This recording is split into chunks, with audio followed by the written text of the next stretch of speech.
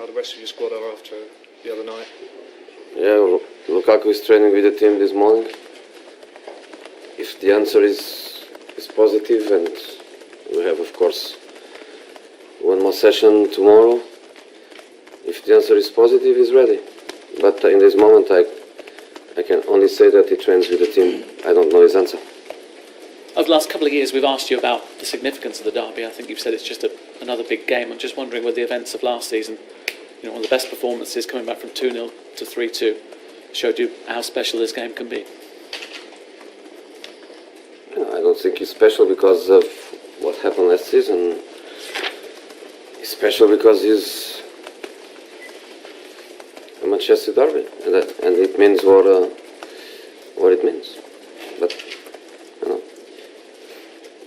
you've gone toe-to-toe with Chelsea and Juventus. You talked about that in the week and the two performances. Can you afford to go toe-to-toe with City when they've scored 12 goals in 2 games? We are going to try. I cannot say we are going to be successful in our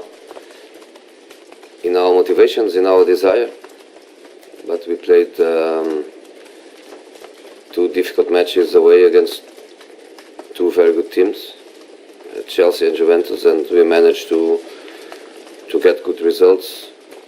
And even if the good results were not in our pockets, the performances were there, the positive attitude was there, so we are going to try. But you are right, Manchester City is a very powerful team. Jose, a lot's been said about Manchester City this week. Do you feel as though you're operating on a fair playing field in the Premier League at the moment? Yeah, it's difficult for me to answer because I focus on my job. I focus on the 4 lines. Focus on football. If you want to speak about their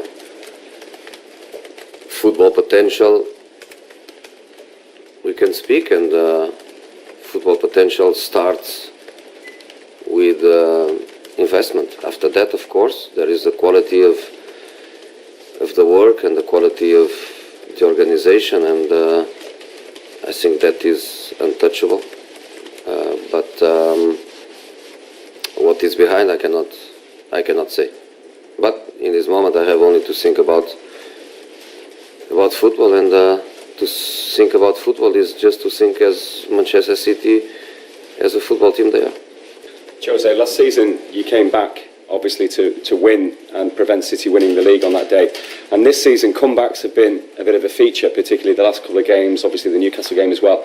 Why is that? Why is it that United are finding a way to win late? We can go to the other side. Why we always concede before the opponent?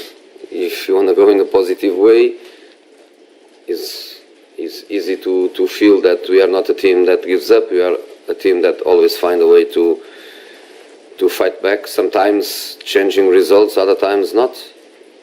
But we are a team that has that collective spirit